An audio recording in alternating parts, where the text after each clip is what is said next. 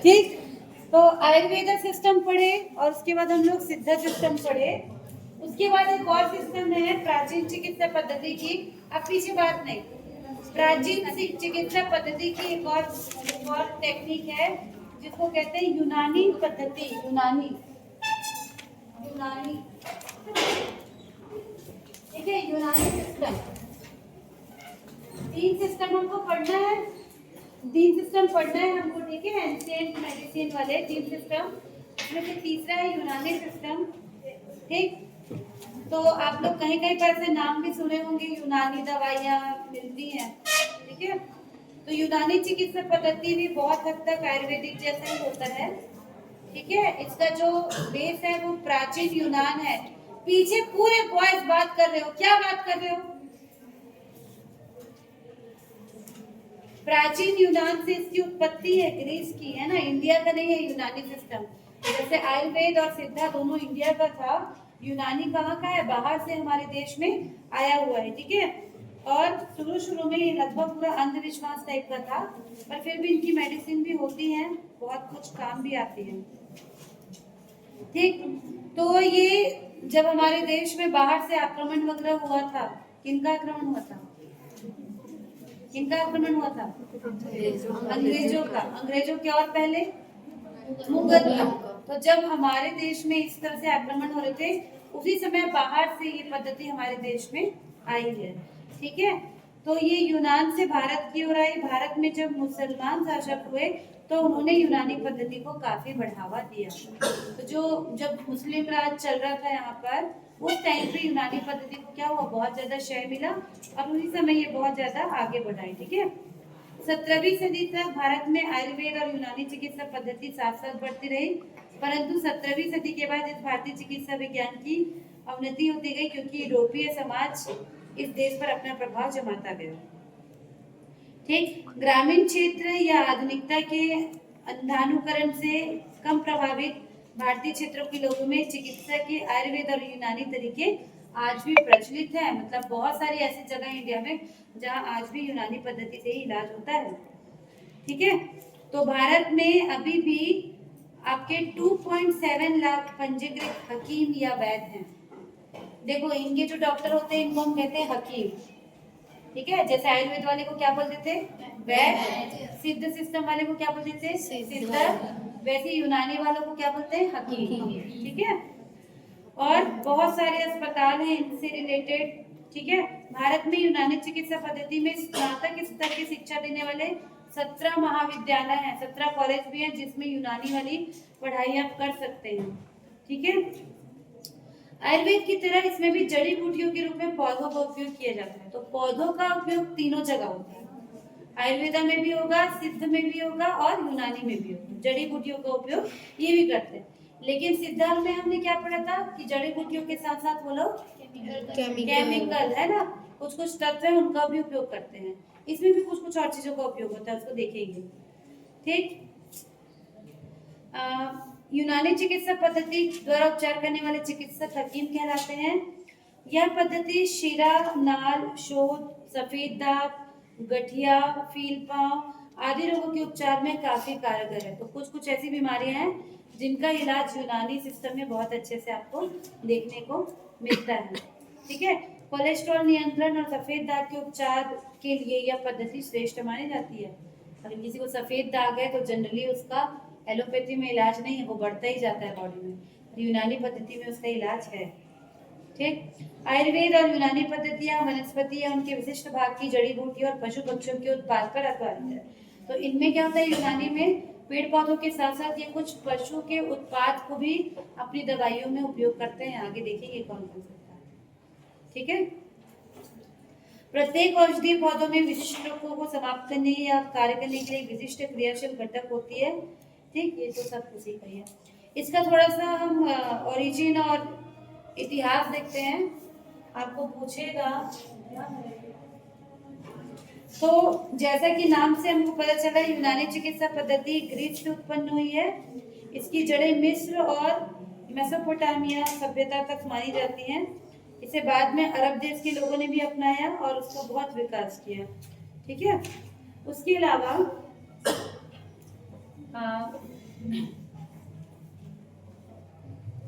एक साइंटिस्ट हैं जिनका नाम है, साइंटिस्ट नहीं बोलेंगे, कुछ इसके प्रसिद्ध चिकित्सक हैं जिनका नाम है इम्होटेप। इम्होटेप नाम है, 2800 ईसा पूर्व के समय की बात है।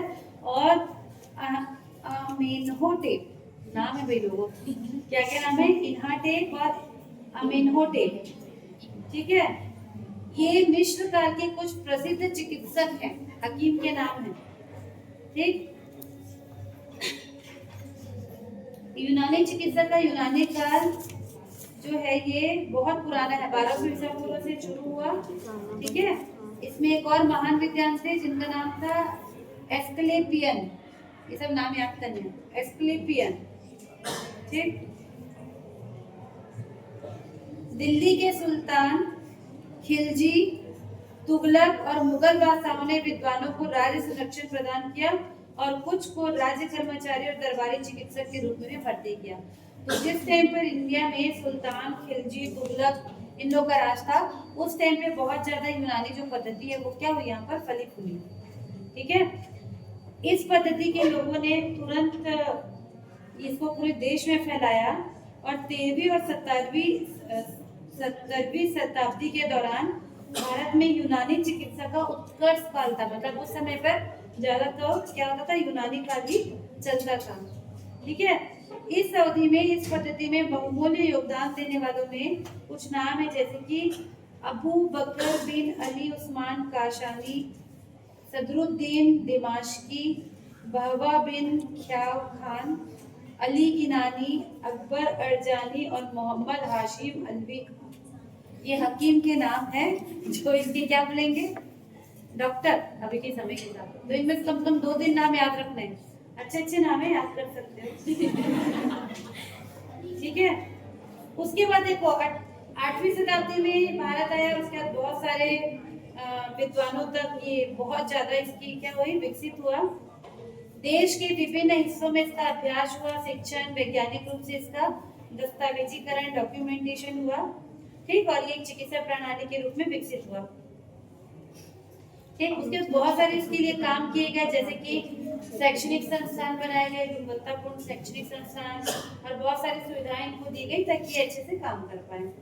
ठीक है, ब्रिटिश शासन के दौरान यूनानी चिकित्सा पद्धति को थोड़ा झटका लगा, क्योंकि जब अंग्रेज आए तो वो लोग क्या किए, ये सब जितने भी सिस्टम थे उनको उन्होंने हटाया और उसी समय हमारे देश में क्या है, एलोपैथी आया, मतलब जो प्रॉपर अभी हम जो डॉक्टर जानते हैं वो। ठीक, लेकिन चूंकि इस पद्धति पर लोगों का भरोसा था इसलिए इसका प्रचलन भी जारी रहा।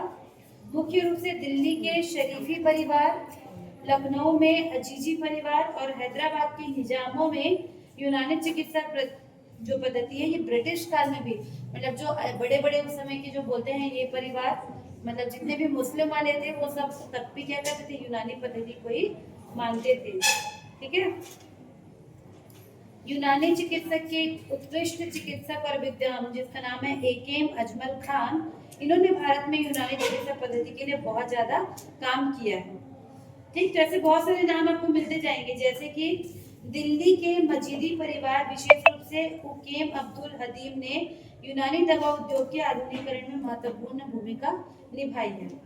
ठीक, और जो उकेम अब्दुल हदीम है, इन्होंने नई दिल्ली में चिकित्सा इतिहास और चिकित्सक अनुसंधान संस्थान की भी स्थापना की, जो बाद में एक विश्वविद्यालय के नाम से हुआ, जिसको जामिया हमदर्द के रूप में, अभी भी वहाँ एक यूनिवर्सिटी है जामिया इस्लामिया, आपने नाम सुना होगा, दिल्ली में है ना, वहाँ पर बहुत सारी चीजों की पढ़ाई होती है। पर उस समय इसकी नींव रखी गई है 1989 में, किस नाम से, जामिया हमदर्द के रूप में एक विश्वविद्यालय इनका विकसित हुआ है। ठीक है, इसके अलावा भी मद्रास में, और मद्रास का क्या है, नियामुल्लाह परिवार, और इलाहाबाद का उस्मानी परिवार, बहुत सारे ऐसे जो बड़े बड़े लोग थे उन्होंने यूनानी पद्धति को क्या किया, अपनाया हुआ है। अंग्रेज थे उस समय भी यूनानी पद्धति जो थी चल रही थी, पूरी तरह से रुकी नहीं थी। उसके बाद जब हमारा भारत आजाद हुआ उसके बाद भी बहुत सारे इस पे काम हुए, काफी इस पे इसकी मतलब यूनानी चिकित्सा को सराहा गया। जैसे 1943 में गठित स्वास्थ्य सर्वेक्षण और विकास समिति ने भारत की स्वदेशी चिकित्सा प्रणाली द्वारा निभाई जाने वाली भावी भूमिका को रेखांकित किया। वर्ष 1946 में स्वास्थ्य मंत्रियों के स्नेह सम्मेलन में यह संकल्प लिया गया कि केंद्र और प्रांतों में स्वदेशी चिकित्सा प्रणाली, जिसमें आयुर्वेद और यूनानी थे, इनके लिए, इनके अनुसंधान के लिए बहुत सारे फंड वगैरह दिए गए। ठीक है, तो आजादी के बाद भारत सरकार ने भी इसको बहुत ज्यादा काम किया इस पर। ठीक है, समिति गठित की, समिति में कर्नल R.N. चोपड़ा थे, C.G. पंडित थे। ठीक है, तो इन लोगों ने इसके लिए बहुत काम किया। यूनानी चिकित्सा पद्धति सहित भारतीय चिकित्सा पद्धति और होम्योपैथी को 1969 में बढ़ावा मिला, जब भारत सरकार ने अनुसंधान और वैज्ञानिक गतिविधियों के संचालन के लिए, ठीक है, एक केंद्रीय परिषद CCRIMH की स्थापना की। ठीक है, जिसमें यूनानी को भी बहुत ज्यादा आगे लाने के लिए काम किया गया। ठीक, इसके अलावा अलग अलग और प्रणालियों में अनुसंधान पर ध्यान केंद्रित करने के लिए 4 अलग अलग अनुसंधान परिषदों की स्थापना की गई, जिसमें आयुर्वेद और सिद्ध, यूनानी, योग और प्राकृतिक चिकित्सा और होम्योपैथी, सबका अलग अलग क्या बनाया गया है, और भी परिषद बनाए गए। ठीक है, मार्च 1995 में इसे मंत्रालय में भारतीय चिकित्सा पद्धति और होम्योपैथी का एक पूर्ण विभाग द्वारा प्रस्थापित किया गया, जिसका नाम नवंबर 2003 में आयुर्वेदा, योग और प्राकृतिक चिकित्सा, यूनानी, सिद्ध और होम्योपैथी के नाम से आयुष नाम से रखा गया। आयुष जो फुल फॉर्म हम देखते हैं ना, AAYUSH, इसमें जो Y आ रहा है वो यूनानी को ही शो करता है। ठीक है, तो 2003 में पूरा एक आयुष मंत्रालय अलग बना है, जिसके अंदर बहुत सारे महाविद्यालय और कॉलेज आते हैं, जो यही सबको बढ़ावा दे रहे हैं। किसको? आपका प्राकृतिक चिकित्सा, योग, यूनानी, ठीक है, और आपका होम्योपैथी, इन सबको बढ़ावा देने के लिए आयुष मंत्रालय बनाया गया। आयुष चिकित्सा पद्धति में शिक्षा और अनुसंधान के विकास पर ध्यान केंद्रित करने के उद्देश्य से 9 नवंबर 2014 से आयुष विभाग को पूर्ण रूप से आयुष मंत्रालय के रूप में क्या किया गया है, उन्नत किया गया है। तो इतनी सारी चीजें आपको क्या करनी पड़ेगी, यूनानी चिकित्सा के इतिहास में बतानी पड़ेगी। शुरू से कब ये आया, इनके 3-4 नाम आपको पता होना चाहिए, कौन कौन इनके जो हकीम थे, कौन कौन सा परिवार था जो भारत में जब अंग्रेजों का राज था उस समय भी यूनानी पद्धति को बचा के रखा हुआ है। और आजाद होने के बाद भारत सरकार ने इसको बहुत सारे फंड और बहुत सारे परिषद वगैरह बना के दिए हैं कि ये पद्धति भी क्या हो, आगे बढ़ते रहे और लोगों को इसका फायदा मिलता है। ठीक, हमारे छत्तीसगढ़ में उतना नहीं है, फिर भी आप कहीं कहीं पर जनरली ना इनका ज्यादा वो नहीं देखोगे, टेंट में आप देखोगे कहीं कहीं पर रहते हैं यूनानी पद्धति करके लिखा हुआ रहता है, जानते हो, जनरली वो टेंट वगैरह बना के दिखेंगे, मुझे रास्ते में दिखते हैं अभनपुर के पास, है ना, अभनपुर आप जाओगे ना तो वहाँ पर एक जनरली ऐसे टेंट रहता है और उनका ना ऐसे माइक में चलते रहते हैं, बहुत सारी बीमारियों के वो नाम लेते रहते हैं, और वो आप अगर वहाँ जाओगे तो वो यूनानी पद्धति से आपको इलाज करके देंगे चीजों को। ठीक है, चलिए अब इसके प्रिंसिपल देखते हैं, क्या क्या इनके सिद्धांत थे। ये तो हमने हिस्ट्री देखा, इनके प्रिंसिपल देखते हैं, सिद्धांत। तो यूनानी चिकित्सा 4 स्वभाव और 4 हास्य के गुणों पर आधारित एक प्राचीन यूनानी चिकित्सा पद्धति है। यूनानी चिकित्सा बीमारी या स्वास्थ्य के मानसिक, भावनात्मक, आध्यात्मिक और शारीरिक कारणों को पहचानती और मानती है। प्रत्येक व्यक्ति को इसके लिए मतलब खुद जिम्मेदारी लेनी पड़ेगी, भाई सब चीजों के लिए दवाई नहीं मिलेगी। ठीक, तो यूनानी चिकित्सा पद्धति के सूत्र पेरगाम के क्लाडियस गैलेनन से जुड़े हैं, जो दूसरी शताब्दी में रहते थे, और इनके मूल ज्ञान को हकीम इब्न सीना कहते हैं, इनका जो बुक वगैरह होगा, ठीक है, जिन्हें एविसेना के नाम से जाना जाता है। फारस में इसको एकत्रित किया गया है। इसके बाद अजमल खान जो 1864 में भारत में पैदा हुए थे, इनको आमतौर पर भारत में यूनानी चिकित्सा के लिए 20वीं सदी का सबसे महत्वपूर्ण योगदान कर्ता माना गया है। तो ये जो मूल इनका जो भी लिखा हुआ बुक वगैरह होगा, ये तो सब आपको फारसी भाषा में मिलेगा, पर इसको भी हिंदी वगैरह में किया गया है। ठीक है, तो यूनानी चिकित्सा पद्धति पश्चिमी चिकित्सा पद्धति की तरह हिप्पोक्रेट्स और उनके अनुयायियों से उत्पन्न हुई। ठीक है, यूनानी चिकित्सा पद्धति का व्यापक रूप से फारस, पाकिस्तान और भारत में अभ्यास किया जाता है। तो पाकिस्तान में भी आपको देखने को मिलेगा। इसका अभ्यास दक्षिण अफ्रीका, इंग्लैंड और अन्य देशों में भी किया जाता है। और यूनानी पद्धति को कभी कभी हिकमत या यूनानी तिब्ब भी कहा जाता है, तो इसके 2-3 नाम। ठीक, तो पूरी जो यूनानी चिकित्सा पद्धति है ये 7 सिद्धांतों पर काम करती है। अब इसके 7 सिद्धांत देखने पड़ेंगे। सबसे पहला सिद्धांत है जिसको कहते हैं अकीन। क्या कहेंगे? अकीन। 7 इसके सिद्धांत है, प्रिंसिपल्स है। पहला है जिसको हम कहेंगे अकीन। अब इसके नाम आपको मुस्लिम वाले मिलेंगे, ठीक है, जैसे सिद्ध वाले तमिलनाडु में थे वैसे यूनानी के मुस्लिम मिलेंगे। तो अकीन इसका मतलब होता है तत्व। तो यूनानी चिकित्सा पद्धति में 4 तत्वों को माना गया है। जैसे हमको उसमें कितने मिले थे? 5 तत्व। आयुर्वेदा में कितने मिले थे? 5, है ना। सिद्ध में भी 5 है, लेकिन वो 3 को मेन मानते थे। यहाँ पर क्या हो गए? 4 हो गए। कौन कौन से 4 तत्व? अग्नि, जल, वायु और पृथ्वी। ये 4 को ये तत्व मतलब यूनानी पद्धति मानते हैं। ये चारों तत्व जीवन के सभी पहलुओं और शरीर में मौजूद है। पहले भी हमने पढ़ा हुआ है। जैसे हम क्या बोलते हैं? हमारा शरीर 5 तत्वों से मिलकर बना है। यूनानी पद्धति आपको बोलेगा कि आपका शरीर 4 तत्वों से मिलकर बना है। इनका संतुलन अच्छे स्वास्थ्य की ओर ले जाता है, हमने पहले भी देखा हुआ है। दूसरी ओर इनके बीच असंतुलन होने पे बीमारियां पैदा होती हैं। चारों तत्वों के विशिष्ट गुण आयुर्वेदिक चिकित्सा के ही समान है। तो आयुर्वेदिक चिकित्सा में जो हम वहाँ पर पढ़े हुए हैं 5 तत्व के बारे में, वो सेम चीजें आप यहाँ पर भी क्या कर सकते हो? लिख सकते हो। अंदर का डिस्क्रिप्शन सेम है, बस वो 5 की जगह क्या बोलते हैं? 4 तत्व। ये क्या है? पहला सिद्धांत। दूसरा सिद्धांत है जिसको कहते हैं मिजाज। ये तो अपन यूज भी करते हैं ना। मिजाज क्या होता है? स्वभाव। हिंदी शब्द के लिए क्या आ जाएगा? स्वभाव। तो दूसरा इनका सिद्धांत है मिजाज। इसे स्वभाव भी कहा जाता है। मनुष्य में स्वभाव 4 प्रकार के होते हैं। देखो 4 प्रकार के इन्होंने स्वभाव बताए हुए। क्या क्या? रक्तवर्णी, कफवर्णी, भिन्नवर्णी और उदासी स्वभाव। रक्तवर्णी मतलब ऐसे लोग गर्म और नम स्वभाव के होते हैं, ठीक है।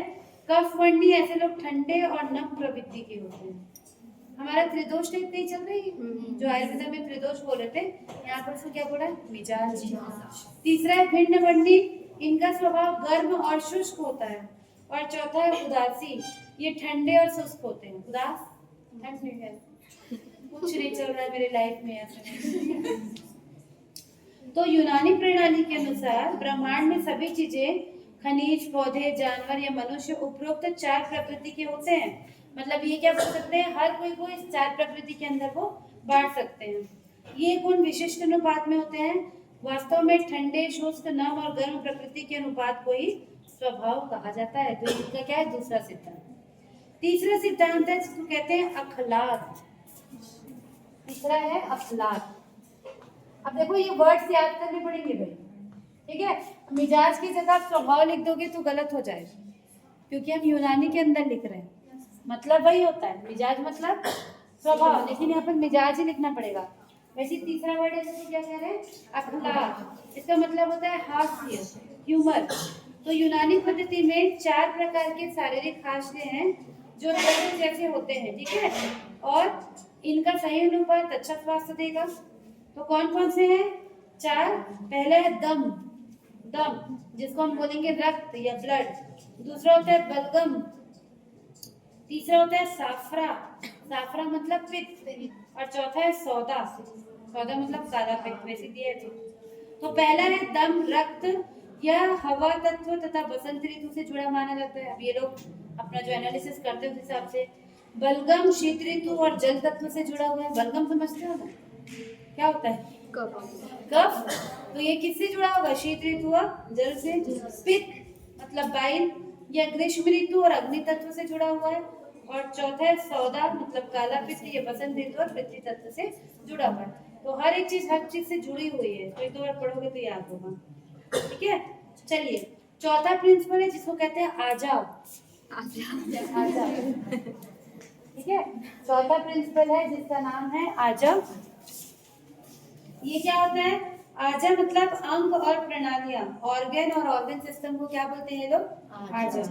तो इसके अंतर्गत मानव शरीर में पाए जाने वाले वे समस्त उत्तम अंग और तंत्र सम्मिलित है जिनका होना मानव स्वास्थ्य के लिए परम आवश्यक होता है। हमारे अंदर जितने भी सिस्टम है, digestive system, urinary system, respiratory system, nervous system, ये सब को किसके अंदर लिया जाता है? आजा वाले सिद्धांत के अंदर लिया जाता है। पांचवा है जिसको कहेंगे अरवाह। पांचवा है अरवाह। ठीक है, तो अरवाह क्या होता है देखिए, अरवाह का मतलब है प्राण और आत्मा, आत्मा पे है सोल। यूनानी चिकित्सा पद्धति में आत्मा अथवा अरवाह की अवधारणा चेतन सिद्धांत को निरूपित करती है। यह शरीर को जीवन देती है। इसके अनुसार आत्माएं 3 प्रकार की हो सकती हैं।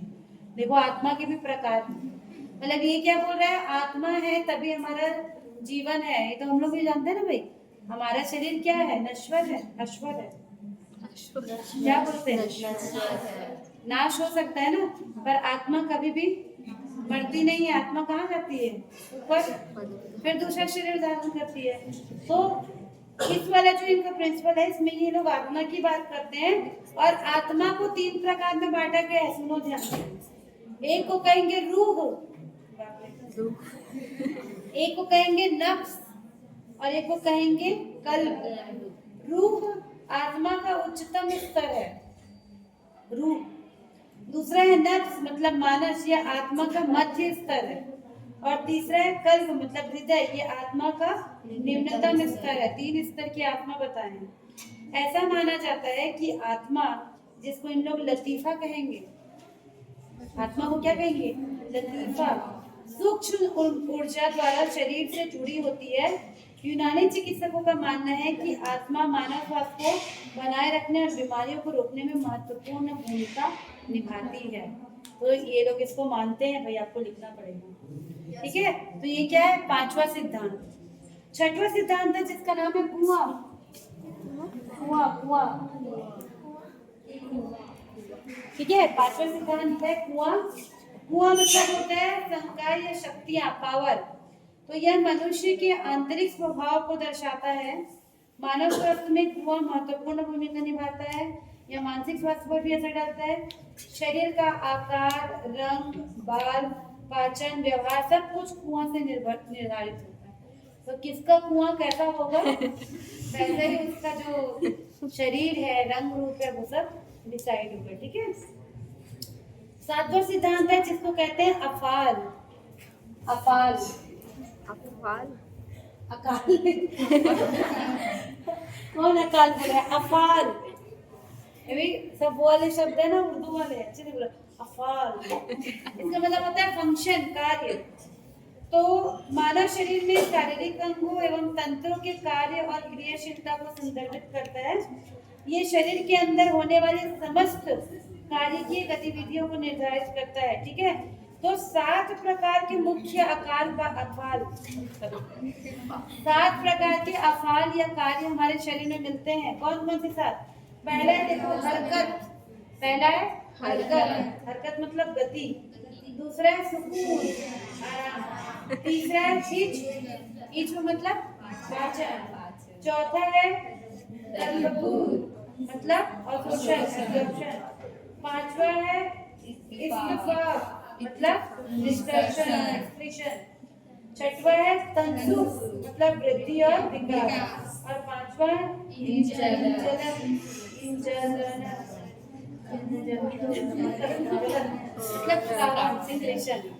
तो ये क्या है, 7 फंक्शन है बॉडी के। आप देखो पूरे वही फंक्शन है ना भाई, गति, मूवमेंट करना, आराम करना, पाचन करना, पाचन की उसको पचाना, उसको एक्सक्रीट करना, वृद्धि और विकास करना, और सिक्रीशन करना, कहाँ से, ग्लैंड से। तो ये सब किस में आते हैं, अफाल में आते हैं। तो ये 7 सिद्धांत के नाम और उसके अंदर आने वाली चीजों आपको याद करनी है, ठीक। क्या क्या नाम है, अकील, मिजाज, क्या नाम है, अखलाक, आजा, अरवाह, कुआं और अफाल। याद करना है, पूछ देगा यूनानी पद्धति को बताओ 10 नंबर की, यही सब नंबर दिलाएंगे। फिर ये क्या करते थे, कुछ जीवन शैली कारक मानते थे, मतलब लाइफ स्टाइल को मानते थे। जैसे बात नहीं, लाइफ स्टाइल को मानते थे जैसे कि भोजन और पेय पदार्थ, अपने स्वभाव के अनुरूप नियमित रूप से भोजन करना और पर्याप्त पानी पीना, है ना। यूनानी वाला दवाई खाओगे तो पानी पीने ज्यादा बोलते हैं। फिर पर्यावरणीय वायु और श्वास, फिर गतिविधि और आराम, अपने स्वभाव और जीवन की गति के अनुकूल नियमित व्यायाम और पर्याप्त अवकाश और आराम भी करना चाहिए। नींद और जागरण, सही मात्रा में बिना किसी व्यवधान के गुणवत्तापूर्ण नींद लेना और जागने के दौरान सुखद महसूस करना। अगर आपकी नींद पूरी होती है तो जब आप उठोगे तो आपको बहुत अच्छा फील होता है, ठीक है। भावनाएं और अनुभूतियां, भावनाओं को उचित ढंग से व्यक्त करना और महसूस करना। उन्मूलन, नियमित आधार पर प्रभावी उन्मूलन। तो जब भी आप यूनानी पद्धति में जाओगे तो ये आपके लाइफ स्टाइल फैक्टर को भी पहले जज करेंगे। आप कोई भी बीमारी उनको बताओगे ना तो आपकी क्या पूछेंगे, लाइफ स्टाइल पूछेंगे। ये तीनों में आता है, आयुर्वेदा में भी आता है, सिद्धा में भी आता है और यूनानी में भी आता है। लाइफ स्टाइल को वो फॉलो करने बोलते हैं, ठीक। तो सभी यूनानी उपचार 4 द्रव्यों को संतुलित करने और शरीर को प्राकृतिक उपचार क्षमता में सहायक करने का प्रयास करते हैं। उचित भोजन और सही चयन जीवन शैली कारकों को संबोधित करना द्रव्यों में असंतुलन को ठीक करने के लिए एक महत्वपूर्ण पहला कदम है, ठीक। तो ये इस सब चीजों को मानते हैं। तो इतना हमको किसमें पढ़ना है आपके। अच्छा, यूनानी चिकित्सा पद्धति में उपयोग होने वाले कुछ जंतु उत्पाद होते हैं। मतलब जैसे सिद्धा सिस्टम केमिकल्स को यूज करता था अपने दवाइयों में, यूनानी सिस्टम जंतु उत्पाद को भी उपयोग करती है। प्लांट तीनों में आएगा, देखो पौधे का उपयोग तीनों में है, आयुर्वेदा में भी है, सिद्धा में भी है, यूनानी में भी है।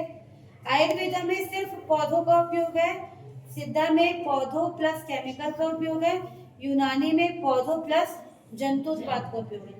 तो कौन कौन से जंतु उत्पाद ये यूज करते हैं। सबसे पहला मधु, मतलब कि हनी, शहद। तो घावों को भरने, प्रतिजैविक पदार्थ के रूप में, टॉनिक के रूप में ये आपको देगी। जैसे आप बोलोगे ना कि मैं बहुत ज्यादा बीमार पड़ती हूँ, बार बार बीमार पड़ती हूँ, अगर आप किसी यूनानी वाले हकीम के पास जाके बताओगे तो आपको जो दवाई देंगे उसमें शहद बहुत बड़ा रोल प्ले करेगा, ठीक है। वैसे दूध और डेयरी का उत्पाद को भोजन के स्रोत के रूप में, पोषक मान बढ़ाने के लिए, पाचन तंत्र को ठीक करने के लिए या आपको दूध और डेयरी प्रोडक्ट यूज करने मिलेंगे। अंडे का भी उपयोग ये बताएंगे, एग। कुछ पक्षियों के अंडों का प्रयोग यूनानी चिकित्सा प्रणाली में औषधि के रूप में होता है, तो ये अपने दवाइयों में अंडे को भी उपयोग करते हैं भाई, ठीक है। मांस और कुक्कुट ये भी इसमें होता है। तो जानवरों तथा पक्षियों से भोज्य पदार्थ, खासकर मांस, अंडा उच्च गुणवत्ता वाले होते हैं। तो शारीरिक बल और मजबूती के लिए यूनानी चिकित्सा पद्धति में मांस और पक्षियों के अंडे को भी दवाई के रूप में ये देते हैं, ठीक है। तो इसके विपरीत कई धार्मिक मान्यताओं और शाकाहार को अपनाने वाले लोगों के अनुसार मांस प्राप्त करने के लिए किसी जीव की हत्या मानी जाती है, तो वो यूनानी पद्धति को फिर नहीं फॉलो करते। यूनानी पद्धति पशुओं का जो प्रोडक्ट है उसको भी यूज करता है। तीनों के बीच में अंतर भी पूछता है, बुक में बहुत अच्छे से दिया हुआ है। देखो बुक में आयुर्वेदा, सिद्धा और यूनानी तीनों के बीच डिफरेंस ये हुआ है। आपको 10 नंबर के लिए ये भी पूछ सकता है कि जो 3 सिस्टम आपके सिलेबस में मेंशन है उनके बीच में अंतर बताइए। तो आप तीनों के कॉमन पॉइंट्स को भी लिख सकते हो और अंतर को भी लिख सकते हो, ठीक है। बुक में दिया हुआ है, इसको अच्छे से थोड़ा देखना, ठीक। चलिए, अब यूनानी चिकित्सा पद्धति में उपयोग होने वाले कुछ पौधे भी होते हैं, जैसे कि नाम बताते हूँ। फिर से आगे आपका कौन, घृत कुमारी। कौन है घृत कुमारी? एलोवेरा। इसको सिद्धा सिस्टम में क्या नाम दिए थे? घृत कुमारी बोले थे, लेकिन इसका फारसी नाम है सब्र। सब्र स और ब में, ठीक है। जैसे देखो एक चीज है जिसको आप सब जानते हो, ब्लैक पेपर, काली मिर्च। देखियो सब, काली मिर्च के बारे में हमने डिटेल पढ़ा। तो यूनानी वाली जो दवाई बनती है उसमें भी काली मिर्च डलेगा, लेकिन उन लोग काली मिर्च को कहते हैं फिलफिल श्याम। तो काली मिर्च का एक और नाम क्या है? फिलफिल श्याम, ठीक है। उसके अलावा केसर है, केसर को ये लोग कहते हैं जाफरान। बेल पड़े, बेल को ये लोग कहते हैं क्या? बाबा। अदरक जिसको जिंजर बोलते हैं उसको नहीं कहते हैं जंजाबील। ऑनियन, प्याज को ये लोग कहते हैं प्याज, ठीक है। गार्लिक, लहसुन को ये लोग बोलते हैं सीड।